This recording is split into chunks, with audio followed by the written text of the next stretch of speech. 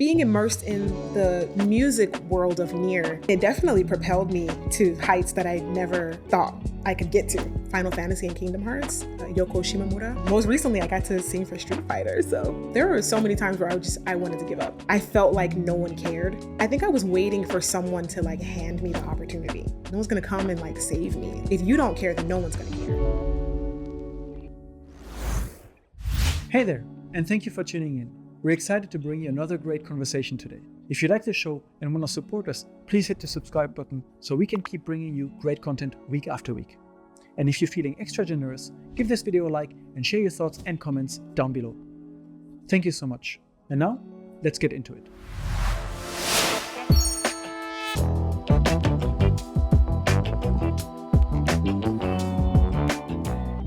Welcome to Unpacking Japan. I'm Toby, and today we welcome J'Nique Nicole. Thank you so much for coming. Thanks for having me. You're a singer-songwriter known for the song from NieR Automata, also now the background song for a theme song for Elena, the new character from Street Fighter.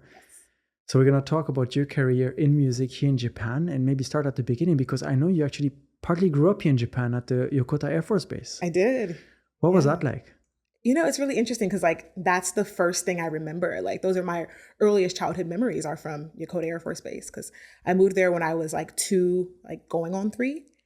So I started, preschool and kindergarten, first grade, all of those years were there. And it was never strange to me. It just felt normal. And also because I was on base, it also still felt like America as well. So I didn't really grow up being immersed in the Japanese culture as much as people might think.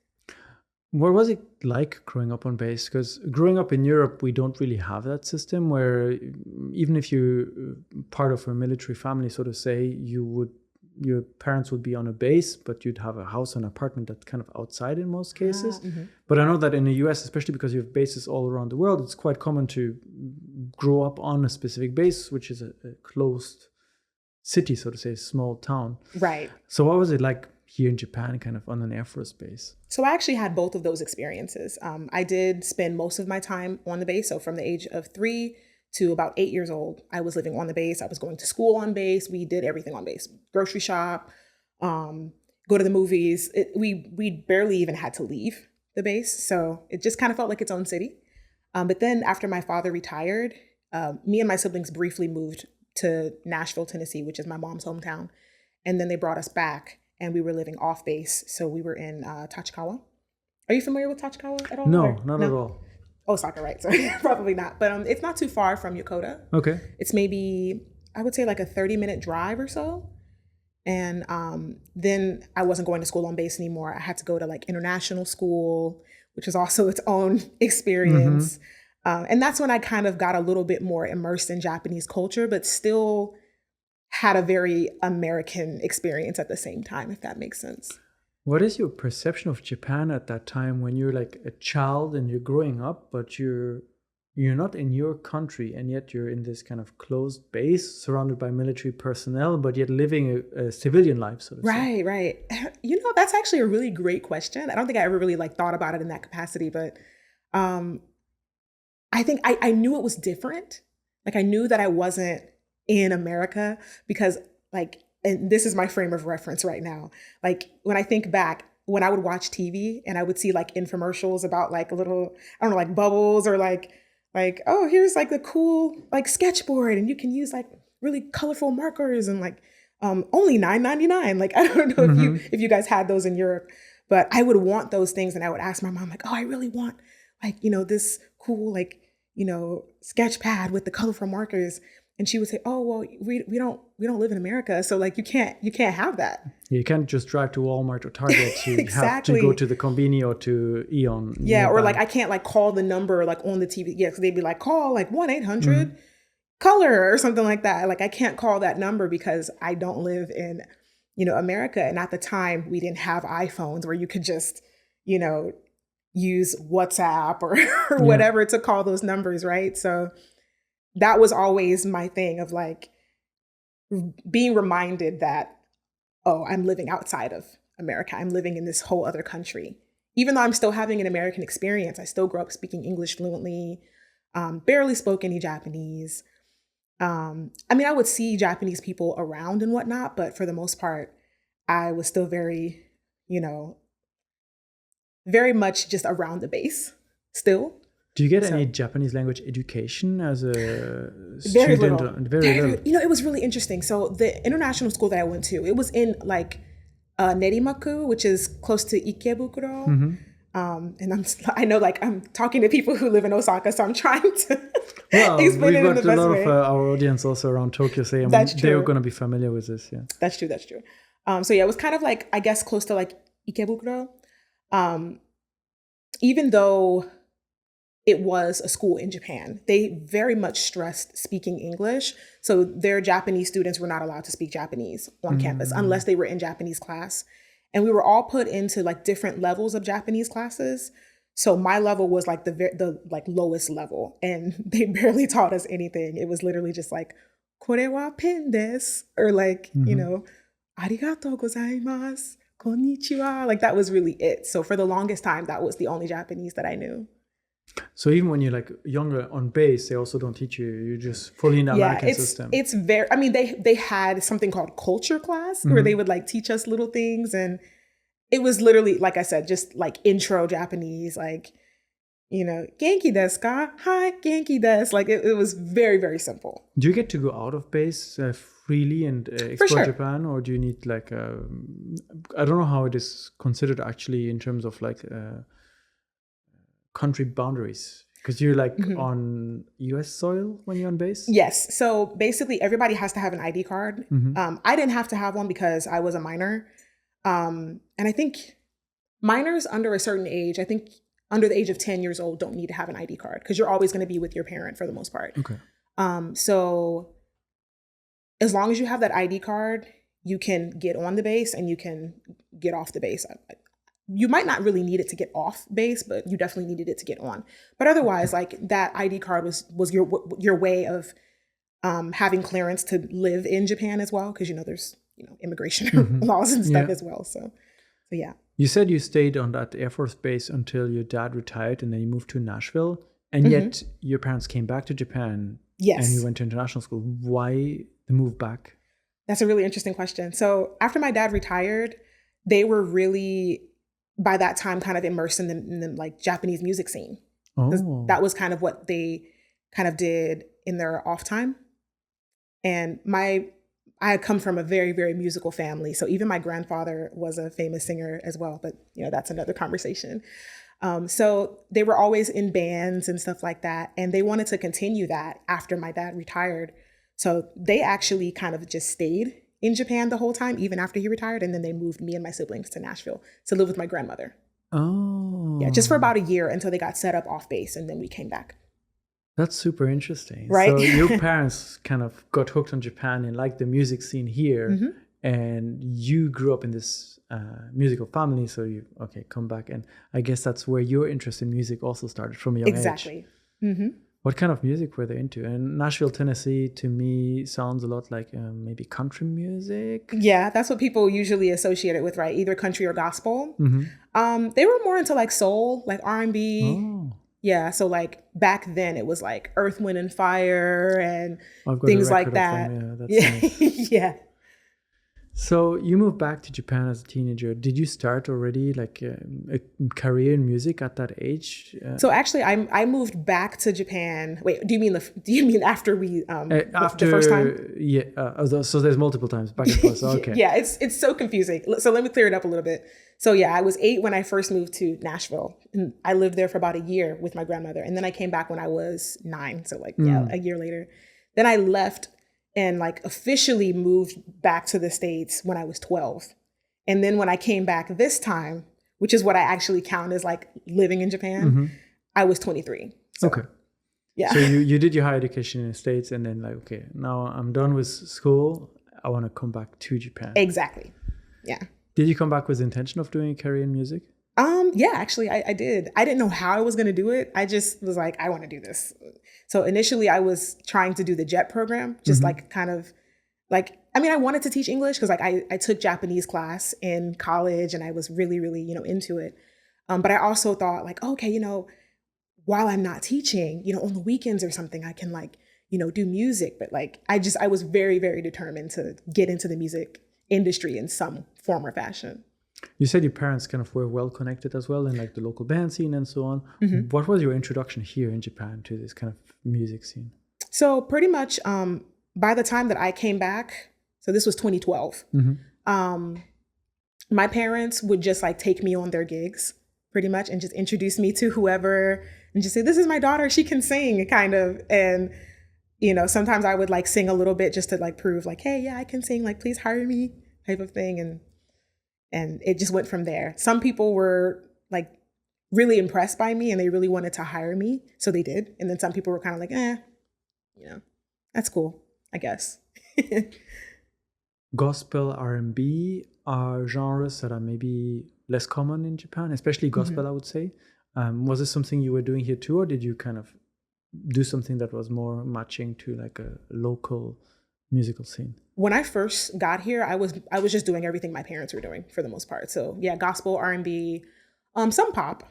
And honestly, whenever we get hired for gigs, they kind of they ask us to just do whatever they want. Like they're like, oh, I really like this song. Can you sing this for my wedding? Or like, oh, I really like this song. We're having a company party. Can you sing this? So it could really be any genre. It could even be gospel, not gospel, but like country. It could be rock. I've done all types of music. So that must be super difficult because I mean the vocal range and the type of voice, I guess, is also different for each. That's true. Right? And if suddenly you're being asked to do all of those, it's challenging for sure. What was the moment for you where your career kind of took a turn? You're like, okay, well now I don't need to do the gigs anymore. I have like bigger projects and bigger performances. I would say that kind of happened in like 2015 when I got my first tour. So the first tour I got was with an artist named Kubota Toshinobu. So he has the song like La La La Love Song. That's what he's really famous for. I got asked to audition for that tour and I was picked. And then I just started touring every single year after that. And then the following year was when I was offered to audition for the NieR Automata soundtrack. So. How does this audition system work here in Japan? Do you have a sort of agent that kind of represents you and looks for opportunities for you to audition? Or is it like word of mouth? It's kind of both. Like, so I am signed up with a few agencies, but for the most part, any of the tours that I've received has been like word of mouth. And it stemmed from me being put on certain gigs and then someone from that gig being connected and being impressed with me and saying, wow, like I really like your voice. I think you would be a great fit for this tour and you should audition. And how do I imagine those auditions? What are the kind of expectations? If you're a young singer here in Japan and you want to kind of get started, what do you need to prepare for? Usually, so if I take, for example, the Kubota Toshinobu tour, right?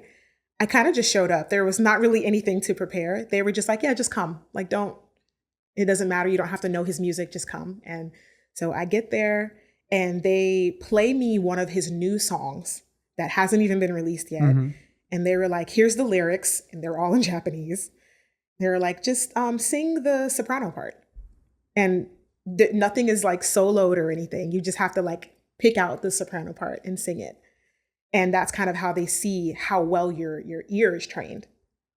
Oh, yeah. Did you get any formal education in singing for being able to do this, or is it kind of just you learned this over time from being around your parents and? I just learned it over time. Yeah. That's impressive. Yeah, and also like growing up, I didn't really have a lot of friends, so music kind of was like my friend, and I would just like lock myself in my room, put my headphones on, and just listen to music and imitate whatever I heard. What were some of these things that first really surprised you when you started going for auditions and you kind of entered this music industry, not just kind of gigs here and there, but like the industry side of things in Japan? Things that surprised me? That's a good question. That's a really good question, actually. Things that surprised me about the music industry. I would say,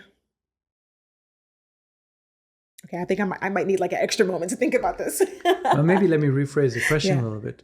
I guess everyone goes into anything they do in life with some kind of preconceptions of, oh, it's probably going to be like this or probably going to be like that. And then maybe you showed up one day at one of these auditions and they ask you to do something, or they ask you for some kind of information and you're like, wait, what? I really need to do this now?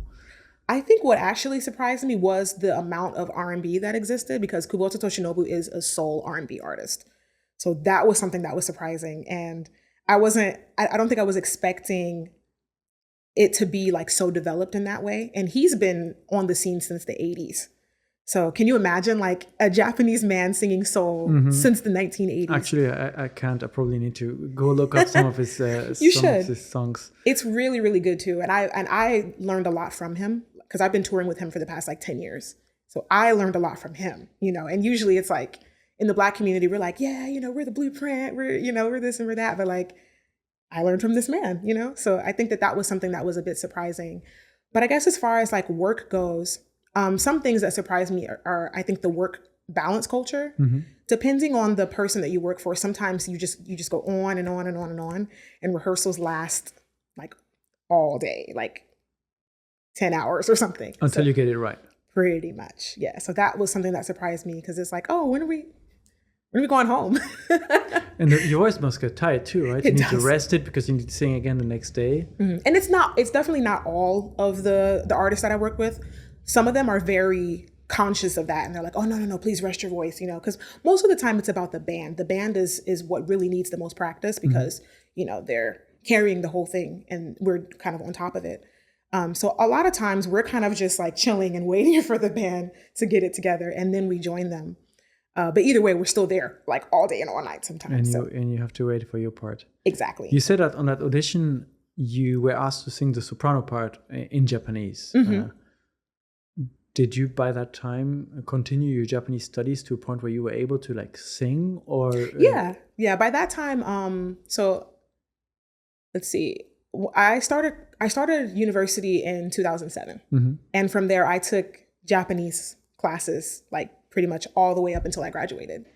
And then when I came to Japan, I even took a few more like Japanese classes, like from the ward, basically. So by then, yeah, I was pretty good at singing in Japanese, I think. You described that going on tour with him was kind of your first breakthrough moment. Can you tell me about that tour? Where'd you go, and what was it like to kind of go on tour and not just like local neighborhood gigs?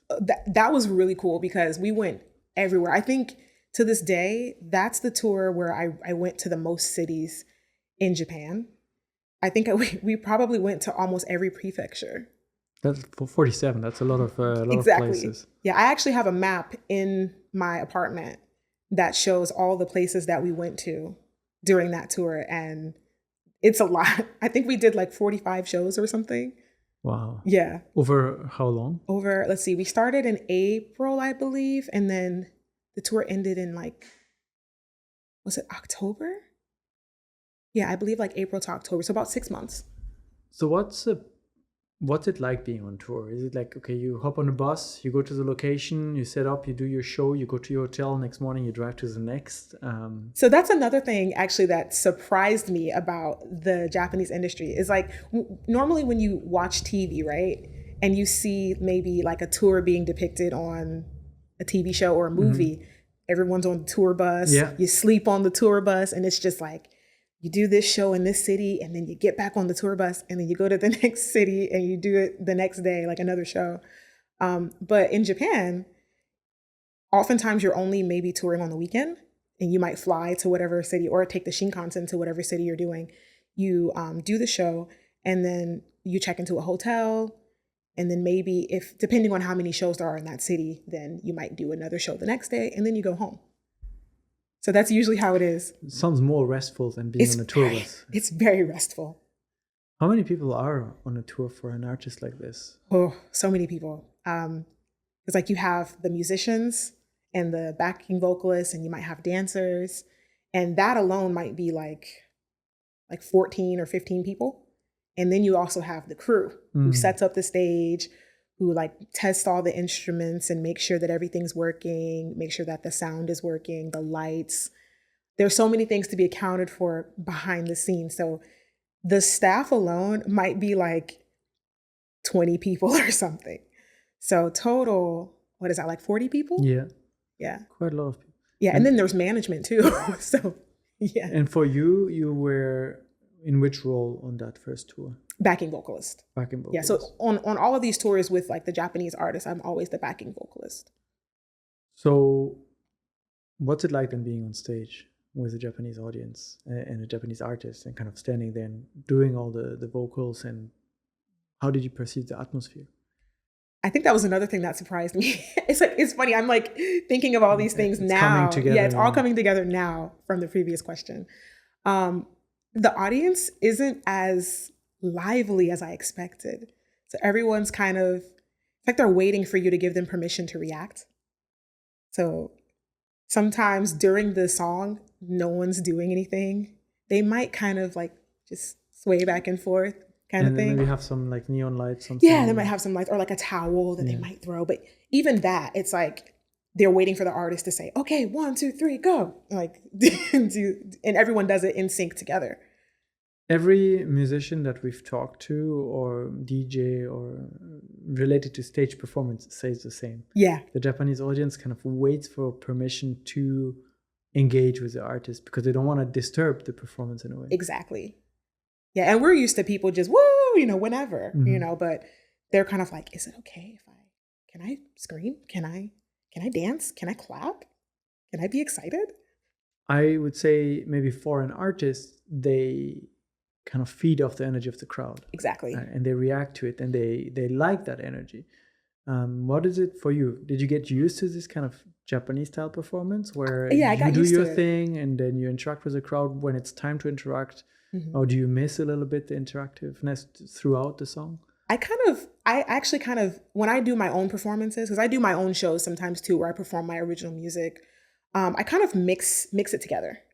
So sometimes I have moments where I'm like, okay, man, what are y'all doing? Like, come on, get up, everybody stand up, let's dance.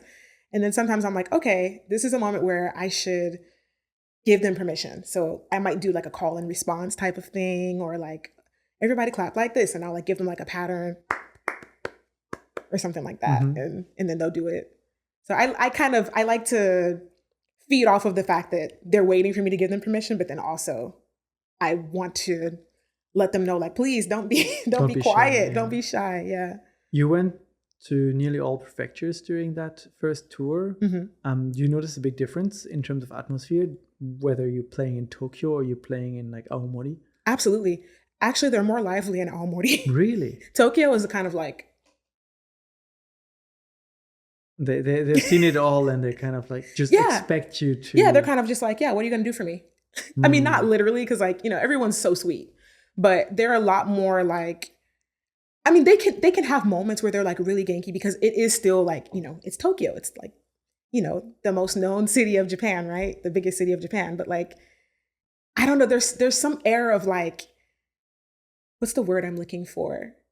Like they're kind of reserved still at the same time. Whereas I feel like people in a place like Aomori, I think they feel like, oh, we don't get people that come here to perform for us all the time. So we're grateful, we're gracious. We're gonna like give them our all, kind of. So you actually might have those random outbursts sometimes in a place like Aomori where someone's like, I love you. And you're just like, what? Where did that come from? Yeah. NieR Automata. One of the places where maybe most people have heard your voice. How did that come to be? I love this story because it's I think to this day I'm still pinching myself, like, did that actually happen? So let's rewind back to 2012 when I first came to Japan. My mom took me on one of her gigs, please listen to my daughter. She's great, please, And Emmy Evans, which is the main singer for NieR, just happened to be on that gig with my mom. And they were like acquainted, like they knew each other pretty well. And I think my mom must have let me sing a couple songs. And Emmy was like, oh, wow, like, you have a great voice. And we instantly connected. She was so sweet. And we exchanged information. We said we would keep in touch. And she was like, yeah, like if I can ever like, look out for you in some way. Like, I'll absolutely do it. Like, I wish you the best in your career. She was very encouraging. And I would say maybe like 3.5 years later, because this was December of 2012. So by maybe March of 2016, I get an email from her and she says, would you be interested in like auditioning for a video game soundtrack? And I was like, oh, I guess so. Why not? And it was also offered to my mom as well. But my mom was like, oh no, I'm too old for that. Absolutely not. Like, no, this is all, for you. And so, and it actually turned out that they were looking for a younger voice anyway. So I went to the audition and they liked me, and the rest is history. What are they looking for in these kind of auditions for a video game soundtrack? Is it very different than auditions you've done for like performing on tour as a back vocalist? It was very different. Yeah. So I feel like I'm meshing like my memory a bit, but from what I remember, when I got there, they asked me to sing this song called A Beautiful Song. Mm-hmm. It's like the boss battle theme where like the kind of like climax of the game is. And I had to do this kind of almost like African type of like style of singing. Okay. That's what it felt like. Cause like, most of the songs are not in like an actual language. They're in something called chaos language, where it's just like, it sounds like it should be something, but it's kind of just something specifically made for the game. So they had me sing this song and they're like giving me direction and they're like, okay, we want you to get really like emotional and let it build. And so I'm just trying to take their direction as much as possible and sing these funny lyrics, that don't have a meaning. And from there they were like, okay, we'll let you know. And not too long after that, they called me and said that they wanted me. And that's when they asked me to write Weight of the World as well and sing a few other songs. So Weight of the World is the one you that really kind of blew up as well, and that has a lot of fans. Yeah. But I want to get back to chaos language that you just mentioned. Mm-hmm. If you have to sing a song, it's a lot of emotions, and emotions are usually conveyed through words and also the way they are interpreted by the singer. How do you put emotions into a non-existent language, which is a mix of random words from... I actually never seen the language so much, chaos language, so I don't know how it's been created. But as a singer, how do you kind of go through that? It's interesting. So I think at the time when I was recording the songs, I think I was just listening to Keiichi Okabe, like his direction. He was just like, okay, I want you to sing it in this way. And so I just did whatever he asked me to do. But now when I perform it on stage, when we're on tour and stuff, I think I feel the music. And I also think about, okay, I know exactly where this song goes in the game.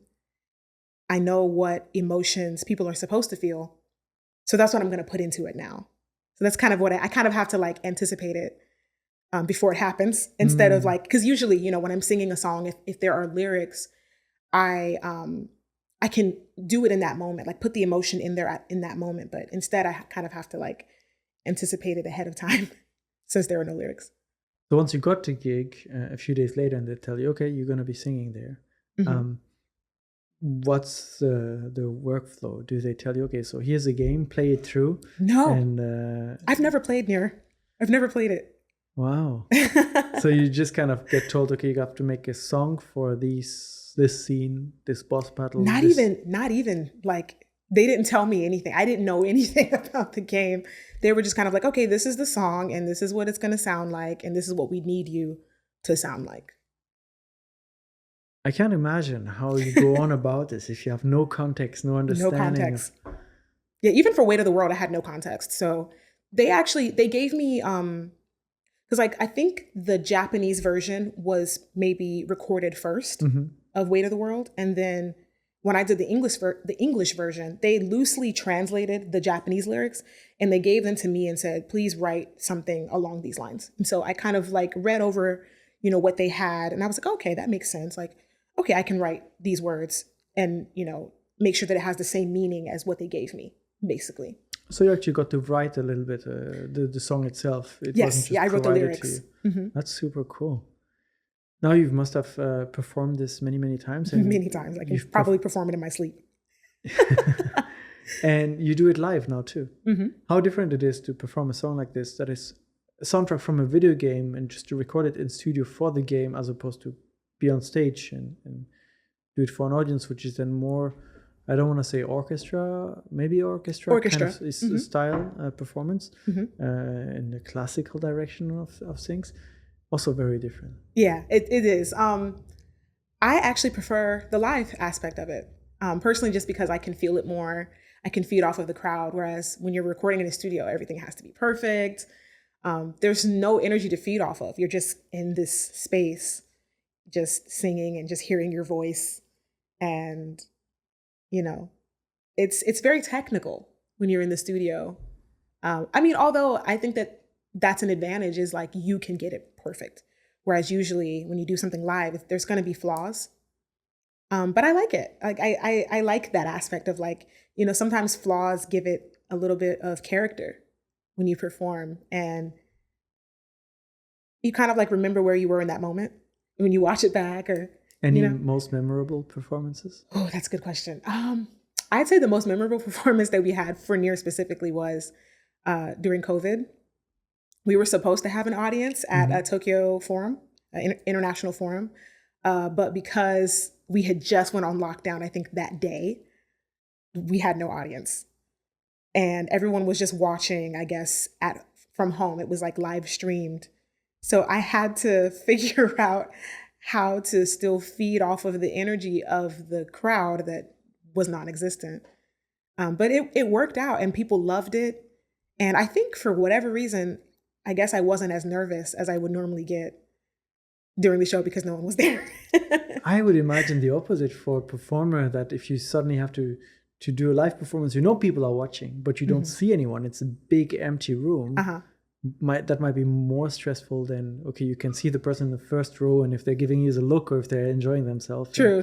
But I mean, I think that's what intimidates me sometimes, is like I'm looking out into the audience and I know that they're like, this is going to be perfect. And you're like, oh crap, maybe not, So it's like that pressure is there. But like when no one's there, you don't know, like you don't really know the pressure. Mm-hmm. You're oblivious to it. So it's like ignorance is bliss in a sense. Way, yeah.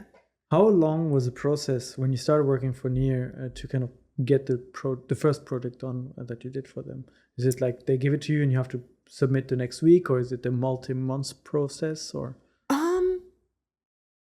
I feel like everything happened pretty fast. Everything happened within a matter of weeks, I believe. The audition happened, I think, in April.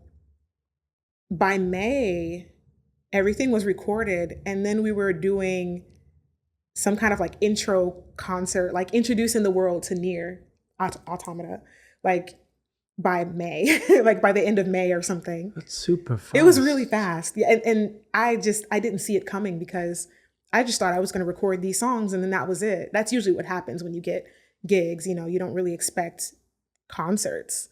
And then, that was almost 10 years ago. That was 2016 when I recorded those songs, and now it's 2025. So we've literally been just doing concerts nonstop, like maybe every other year since then, like for the past almost 10 years. Yeah, so that was going to be kind of the direction of my next question. You have gigs, you perform at a wedding, and it's like, okay, well, next week we have another wedding. And then this is not a gig anymore, right? You record this song and suddenly your voice is associated with this game that has fans worldwide forever, right? Yeah. And they want concerts, and as long as people attend, there will be concerts, and you're the voice of this. How has this kind of changed your career in music? That's a good question. I mean, it definitely propelled me to heights that I never thought I could get to. It expanded my fan base. It just, definitely heightened my resume as well. Mm-hmm. I think I get a lot of respect, from people worldwide, whereas before it was just like I was only known in Japan. So I'm really grateful, for the opportunity because it impacted me in a very positive way. You've gotten to work with famous composers like Keiichi Okabe and Yoko Taro. What's it like working with Japanese composers and the work processes they have? I can imagine they are very talented, but also very expecting of you to kind of meet the requirements, meet the tones or whatever they set. What was your experience? For Okabe-san, like he's not demanding at all. He's very gentle and sweet, and it's like he knows what he wants, but he's so, I don't even know what word to use to describe it, but when it comes to how he executes his like vision for the song, it feels effortless. It doesn't feel like hard work. It just feels like, oh, okay, this is what he wants, and we're in the studio, and everything just kind of happens organically. It's a really beautiful experience. I love working with him. Because it's interesting, right? You're singing someone else's vision for a song in a way, right? It's not your original song. Mm-hmm. It's not your interpretation of a song. You have to sing what someone else imagines the song should be like. Exactly. Which is probably one of the most challenging forms of singing. It is. Yeah. But I feel like NieR is like being immersed in the music world of NieR allowed me to see that I have the ability to do that. You know, like someone can come to me and say, hey, I have an idea for a song. Can you sing it like this? I can do that. I didn't know that I could do that before. And I was very like, I was panicking. I was like, can I do this? Like, this is hard. Like, there were moments where I was kind of like, oh my God.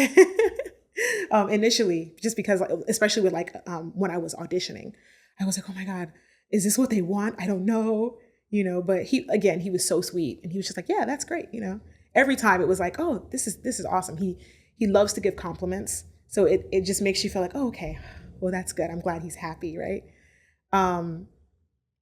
But yeah, it allowed me to see, I guess, a new talent that I didn't know that I had. You said you didn't play NieR, but you've been involved in the musical creation of this game for now nearly a decade. Mm-hmm.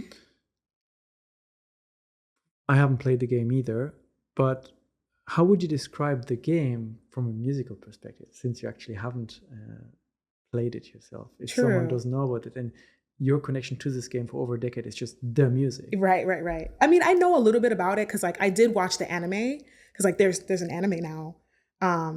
I believe it's on Netflix. So I watched a little bit of it and I was able to kind of see like where the music falls into place. But that was last year. That was, mm-hmm. you know, so all that time up until last year, I hadn't known anything. And having, I guess, a musical relationship with NieR, for me, I feel like it's beautiful. Like that's kind of one of the main like words that I could use to describe that experience. It's just very beautiful. All the music is so like ethereal and just emotional. Even though I haven't played to the end or watched to the end of the game, I know it's also a bit heartbreaking. So the music is a little heartbreaking as well. So yeah, it's like beautiful yet heartbreaking. In a way, not having played the game, do you think it has made your music for it better because you're just focusing on that without being influenced by the visuals or the story? For sure. I think had I played the game, or even if I had watched the anime till the end, I probably would cry every time I tried to perform.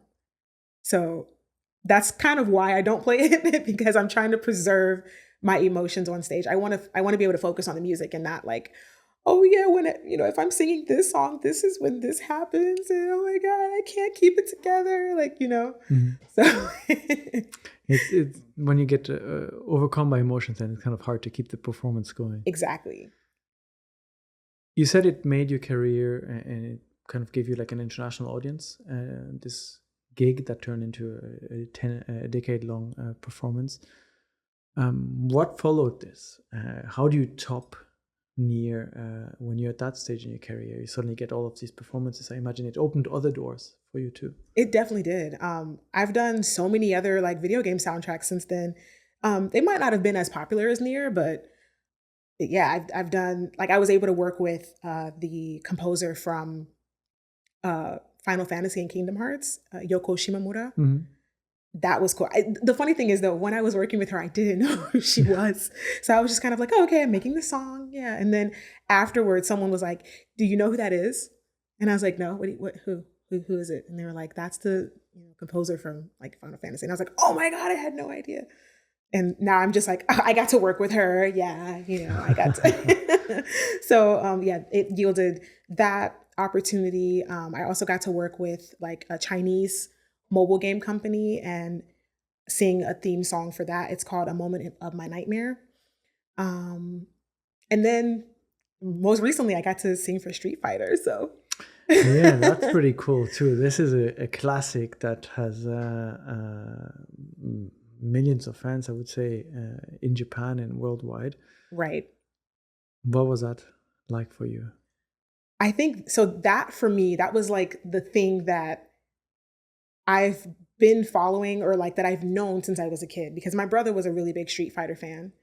And I used to play with him, or at least I thought I was playing with him. Sometimes he would like unplug my controller and like let me think that I was As playing. brothers do. Right.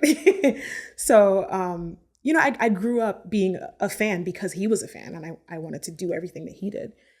So this was very surreal for me. And like, having experience playing that game, I was like, oh my God, like I'm kind of fangirling because this is something that I actually know. I didn't know NieR when I did it. Of course, it doesn't make it any less spectacular, but I think this kind of was another level for me because it was something that I had a relationship with. Would you say that by actually having your voice in the game, you've kind of really KO'd your brother finally? Yeah.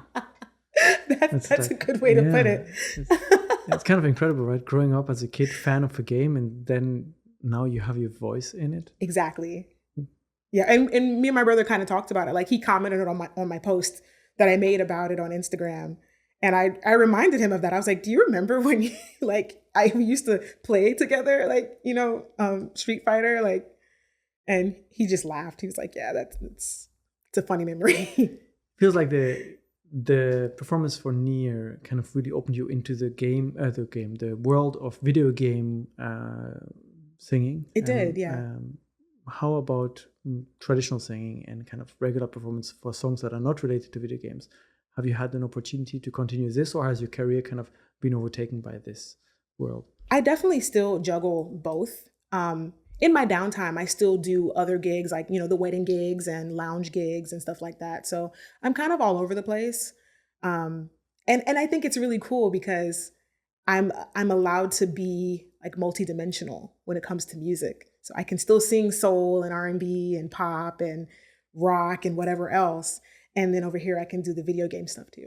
What do you enjoy? What's my favorite genre? Probably R&B, I think. And do you prefer performing those like in these kind of lounge areas, or do you prefer still the video game kind of recording? I think I like both for different reasons. I like the video game thing because it's like the way that they treat us, like when we're on tour and stuff. I feel like a queen, like I feel important. Whereas at the lounges, yeah, that is more of where I'm comfortable vocally. So it allows me to sing the music that I love. I can imagine for every singer-songwriter, a dream is also to kind of make your own music. For sure. And I think you did. I did. Not so long ago, you released your first album. Can you tell me about how that came to be? Ooh, that was a long time in the making for sure. So I released it in 2021, but I guess officially made the effort to create the album in 2018. Before that, it was just a dream, and I was like, oh, I really want to do it. And I think I was waiting for someone to like hand me the opportunity. But then I realized one day, like, no one's gonna come and like save me. Like I have to save myself, So I just started, writing songs on my own. Which actually I was always writing songs like from a really young age, probably like 10 years old was when I wrote my first song. But then I just started seeking out different producers because unfortunately I can't produce my own music. So I just started seeking people out and saying, hey, can you make a track for this? Or do you have any tracks that that I could maybe buy from you that I could use to create, some songs? And they agreed. And that's pretty much how the album like kind of came to be, just working with different producers, writing from my own like experiences and perspectives as a Black woman navigating this world, navigating love and just life in general. And I also had my own studio set up. So for the most part, I recorded all the songs in my home studio. Wow. Yeah, there might have been like 2 or 3 songs that I went to an actual studio and recorded, but for the most part, I recorded them myself. How do you go on about making a song? Do you first come up with the lyrics and then you're like, okay, I have the lyrics and now I need to find a soundtrack that matches or create one? Or do you already feel like a certain kind of beat would go well with this and you look for the beat and then you're like, oh, I want to write something for that? I think it just depends on how I'm feeling at the time or like kind of what comes first. Sometimes I might hear the beat first and then say, "Ooh, I like that. I want to write something to it." And then I'll sit down and write to it. Or sometimes I'll like hear a melody in my head and I like kind of hum it for a while and then eventually I come up with lyrics for it. And then I maybe find a beat later or ask a producer to produce around it later. I think 9 times out of 10, it's the second way. Like I come up with a melody first and then add lyrics and then the beat comes later. That seems to be like the most effective method for me. You said that you were kind of dreaming of making that album and were hoping for someone to hand you that opportunity until you realized nobody ever will. Mm-hmm. So you took it into your own hands. How hard was it to self-produce here in Japan? It's so hard. Oh my goodness. There were so many times where I wanted to give up. Like I felt like no one cared. But I mean, the truth is no one cares. Like it's your baby. You have to be the one to care enough for everyone. If you don't care, then no one's going to care. So once I got over that, like, just feeling like I was waiting for people to care about my project, once I started taking matters into my own hands completely, then I won't say it was smooth sailing, but things definitely started to like move along much further than before. How does music distribution work here in Japan? Did you kind of self-distribute by putting it on platforms like Spotify, or do you have to find someone that kind of, I don't know, lists your song somewhere or sells it to some radio stations? Or thankfully they have what is it called? Like you can actually use an online distributor. mm-hmm. So the one that I use is called DistroKid, but there's also like TuneCore, CD Baby, where you basically just upload your music to the website and they distribute it for you. Oh, I see. And then it's kind of available everywhere. Yep. You said that you're writing songs about you as a Black woman kind of navigating this world. Mm-hmm. What was it like for you as a Black woman navigating the Japanese music industry? In a lot of ways, it was I had a lot of advantages, which could also be seen as a bit of a disadvantage too, because in Japan, Black women are stereotyped as just, oh, they can sing. Everyone can sing, right? That's just what you guys do. You all just sing. So it was an advantage because, well, I'm going to get hired a lot because without even auditioning, they assume that I have what it takes. But then it's a disadvantage because what if we all can't sing? So we're all in this kind of like bubble together and some people have what it takes and some people don't. And then sometimes we all get the same reputation. And then maybe in some areas of the industry, we're not favored because, maybe they're not that great kind of thing. So in a way, the stereotypes are very strong when it comes to ability or non-ability to do something. And exactly. So before you even get to the conversation stage to talk about certain projects or to do certain gigs, people will assume on whether or not you're able to do something. Exactly. Were you able to detach yourself from this, or do you have to just work with it? I think I got lucky. I think because of like NieR and all the projects that I had been doing, I was able to kind of rise above it. So I would like to think anyway, that people just know me. They know my reputation. They know my work ethic, and they know what I'm capable of. So I get hired based on my own merit rather than just because of the color of my skin. But for someone just starting out, that may be more difficult. Yes, unfortunately. Have you seen any change or development over your decade-long career here? Or is it kind of still similar to when you got started? I think it's still kind of similar to when I got started. But I think that COVID also changed things a bit as well. Like, I think that a lot of people left during COVID. So on the plus side, it made it so that there's a lot more jobs available. But on the downside, it made it so that a lot of jobs increased in price. Or not increased, decreased in price, sorry. So it's like, for the same job that I might have been doing a few years ago, the money is less. So that's kind of, I guess, where we're at now currently. So you, as a singer-songwriter here in Japan, you're kind of established as an independent creator, a sole proprietor business, Yes. in a way, and then basically everyone will hire you to perform here and there.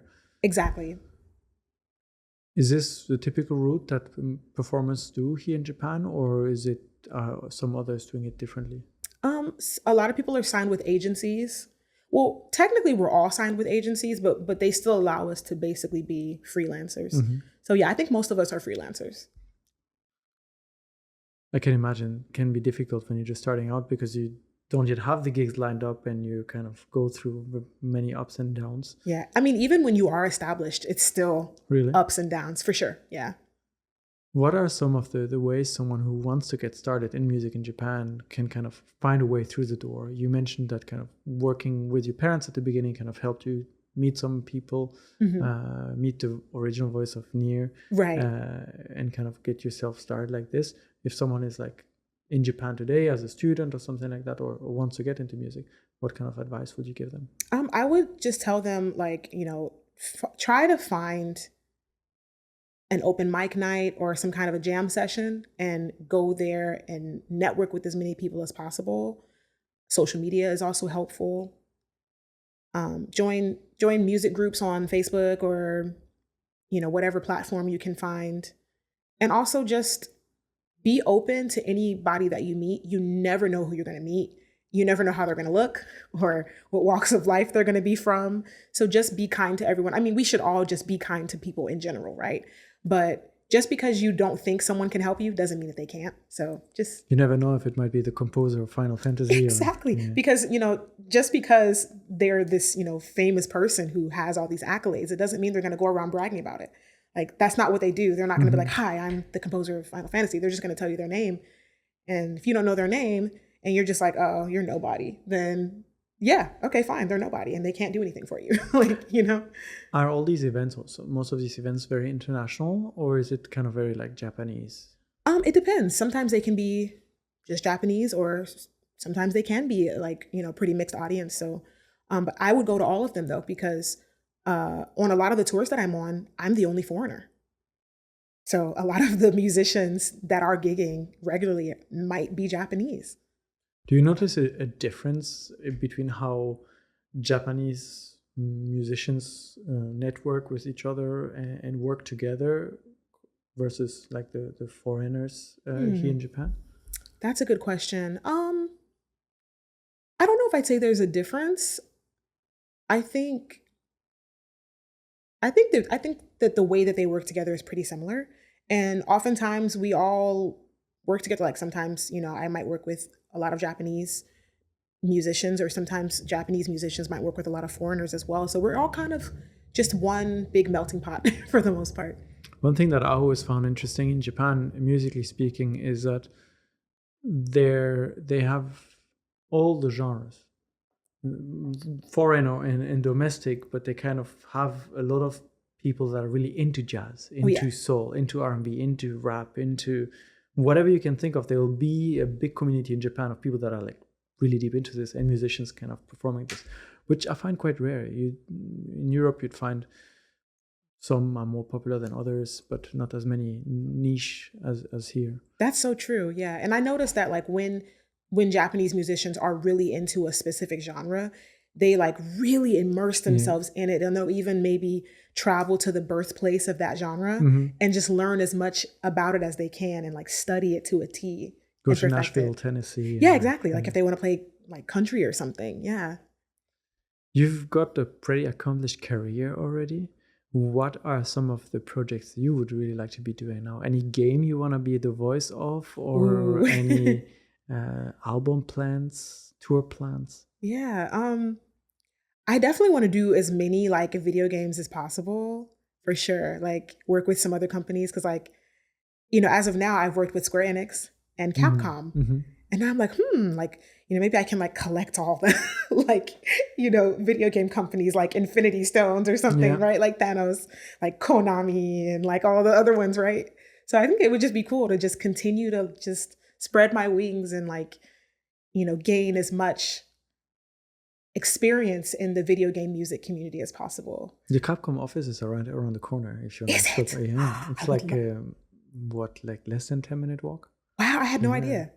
Wow, so it's here in Osaka. It's not in Tokyo. No, it's here. Okay. You can see it from upstairs when I give you a tour later. Oh yeah, I have to take a picture of that for sure. Let's see what else. I definitely want to get more into anime as well. I mean, I've done a few, like, because like NieR Automata was made into an anime, so technically I sing for anime too. Yeah. And then I sung for the Cowboy Bebop live action. I didn't sing like a full song. I'm just doing backing vocals for one of the songs, but I think that counts too. But I would love to do an anime theme. I don't know for which one. It doesn't even matter. I just want to do it. Kind of interesting that all these opportunities come and now you are in this world and get to meet many people's heroes and be the voice of many people's absolutely favorites. Yeah. Now as far as like albums, I guess, like I definitely want to make another album. And I want to expand my own like independent artist career as well, because I'm still kind of in the early stages of that. NieR and now Street Fighter are giving me so much visibility, but I still have a long way to go until I'm getting like, I guess, a decent amount of visibility to where I can like really thrive from my own music. So that's another goal of mine. Just, keep creating, keep growing. It's a slow process, so just trying to trust the process. Any dream stages to perform on? Dream stages. It's always been my dream to perform at like Carnegie Hall. So that's definitely one. Maybe like Madison Square Garden or something. Oh, wow. That's pretty huge. So I hope it happens one day though. NieR concert, who knows? I know, right? I would love that. Could be. Yeah, it could be. And then, so as far as like, I mean, I don't think you asked this, but I'm assuming it might be coming, but like people that I might want to work with. Hello Kitty is one of them. Well, I saw on your watch. My watch and my hair clips. My necklace is also Hello Kitty. My shoes are also Hello Kitty as well. I'm obsessed. I even have a Hello Kitty tattoo on my back. Like I'm just so obsessed with Hello Kitty. What is it about Hello Kitty that you like so much? And I don't think anyone's ever asked me this, and I've never like publicly like talked about it. This is the world's first? It is, yeah. This is like the world premiere. Like you guys have the exclusive. As a kid, my mom used to buy me Hello Kitty things a lot, like Hello Kitty backpack and pencils and stationery for school and whatnot. And it just reminds me of a simpler time when, we were living on base and life was just simple. My parents are no longer together, and I spent a lot of my childhood away from my parents. So I think, I don't know, Hello Kitty is it just reminds me of a time when I was carefree and just happy and life was simple, I guess. So yeah, I mean, it sounds like a simple answer, but that's the truth. So maybe one day an opportunity to make a Hello Kitty song. Oh yeah, I'm already like brainstorming about it now. Like, yeah. So if someone working at Hello Kitty or with Hello Kitty sees this or something, reach out to J'Nique. Please. I've been manifesting this for years. It's gonna happen. It's bound to happen. So, J'Nique, we talked about many things relating to your career. Do you feel like there's a topic we haven't gone into that people should know about? One of your experiences, one of your insights into the Japanese music industry or video game music industry that you want to bring up? That's a good question. Feel put on the spot. Yeah, I always do this at the end because I never know. I have ideas for questions, but I may be completely forgetting something that is actually important that maybe you would have liked to talk about. Gotcha. I don't think I have anything in particular that I wanted to like talk about, but maybe just plug something. So I did release my music video for one of my singles. It's called Bay. It's out on YouTube. We'll link everything in the description so people can go listen to you, find your information on your website as well, where they can see some of your work for NieR. Absolutely. Reach out as well if they want to maybe work with you in the future. Yeah. Especially the people at Hello Kitty. Yes. Sanrio, please. Yeah. Get in touch. Thank you, J'Nique, for making the journey to come to talk to us here in Osaka. Thank you for having me once again. Thank you everyone for listening and watching. This was Unpacking Japan, and we'll be back again next week. Bye. Bye.